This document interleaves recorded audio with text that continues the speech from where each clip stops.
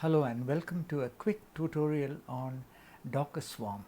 This tutorial assumes that you have Docker installed and are familiar with Docker technology and can create images and run containers based on them. Let's get started. I'll be using a 16 GB Mac Mini on which VirtualBox and Docker are installed for this demonstration. In order to work with Docker Swarm, we will need multiple Docker host machines.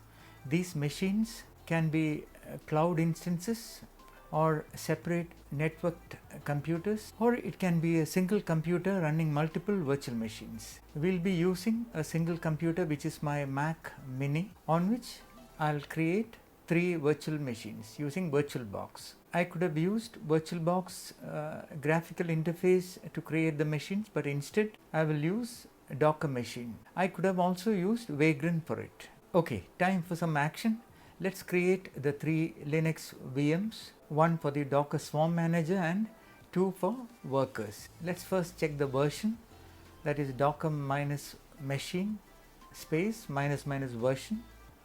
This confirms that we have a Docker machine installed and we have the correct version. Docker machine ls will display any nodes that are running. We have no nodes running. And also remember that --help can show the commands. We'll use the create command to create 3 nodes. Since my Mac has VirtualBox installed, we will use VirtualBox driver for our nodes. The command is docker machine create --driver space VirtualBox space manager1, which is the name of the node.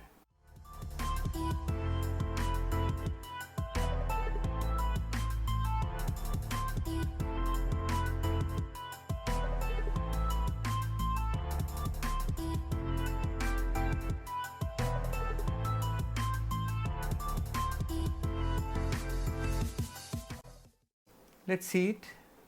Yes, manager 1 has been created. Let's repeat this for worker 1 and worker 2.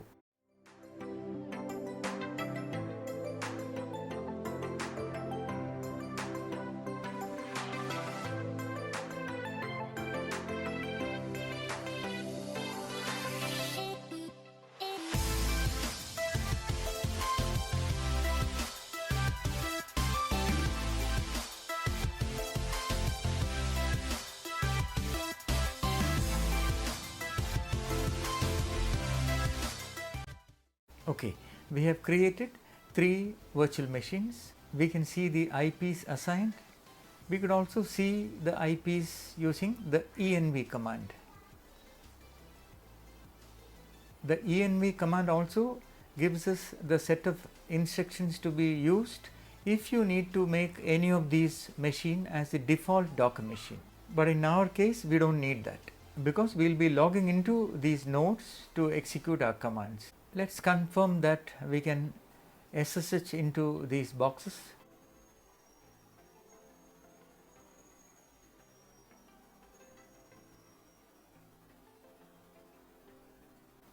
Yes, we can.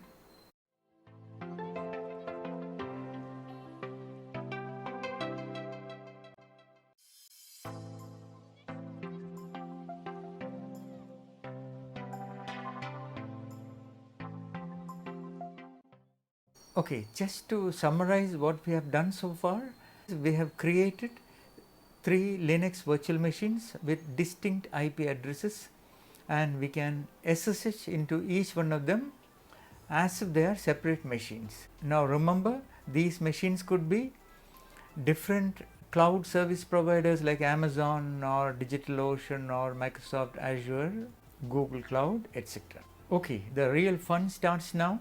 Let's create a Docker Swarm. Creating a Docker Swarm needs a Docker Swarm Manager created first. Let's get into the manager node, Docker machine space SSH space manager 1, and the command is docker space swarm space init and --advertise-addr. This is the IP address. We got it from the Docker machine env command.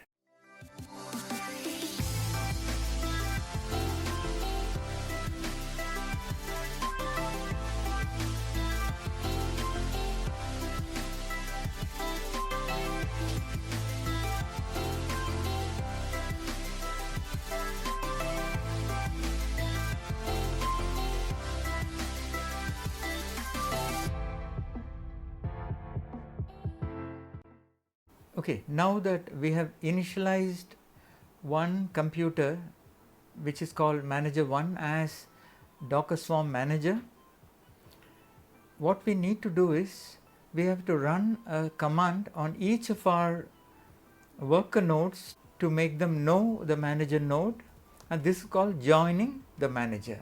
So we copy and paste the command from the manager onto the nodes.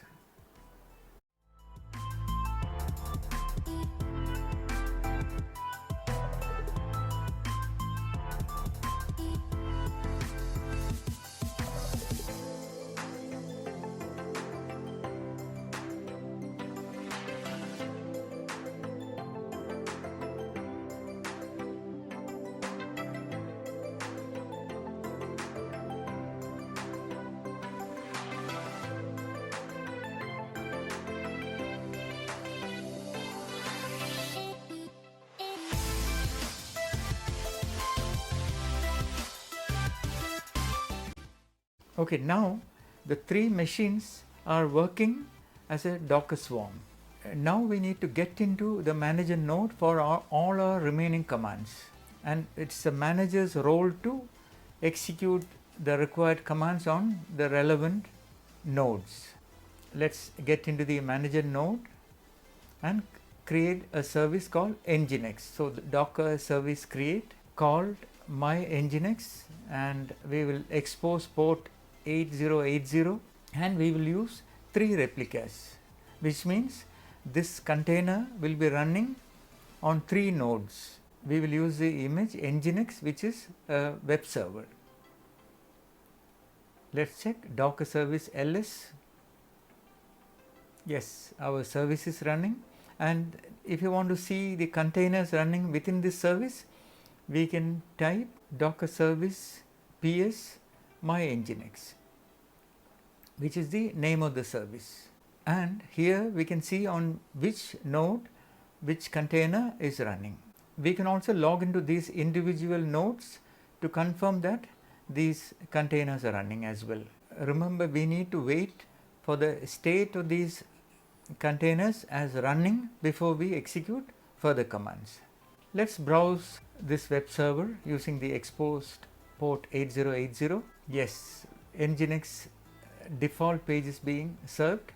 Now what we will do is we will replace this default page with container specific pages so that we know which container is serving the page. For this, we will get into the node and get into the container prompt and edit the default index HTML.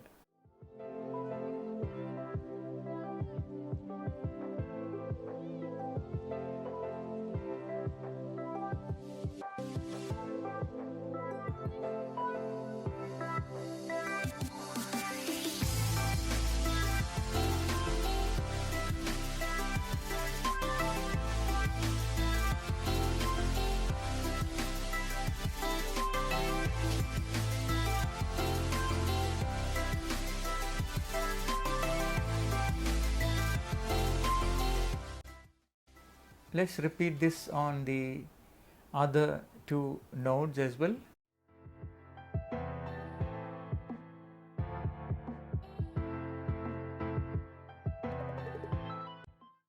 And let's browse and see what is happening.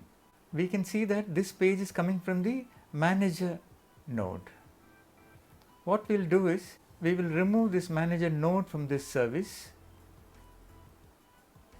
Sorry, I am inside the container. Let me exit and get back to the manager node prompt, and I'll type Docker service ps my NGINX to see the nodes that are being used for this service, and I'll update Docker node update -- availability space drain manager 1. So what this will do is this will remove the container that is running in manager 1. If you look at the service PS, we will see that we have only 2 containers running and the third one is being removed. Let's refresh and see what happens. Yes, now worker 1 is being served. We could also scale down or up the number of nodes in a Docker Swarm service. For example, Docker service scale NGINX equal to 2. If you look at Docker PS now, we will see that there are only 2 nodes being used for this service. Let's refresh the browser and see. We can see that those 2 nodes are being switched. So Docker Swarm has default load balancing system which distributes the incoming traffic between the available containers. Finally, in order to clean up our work, all we need to do is docker machine space rm space manager1, worker1 and worker2.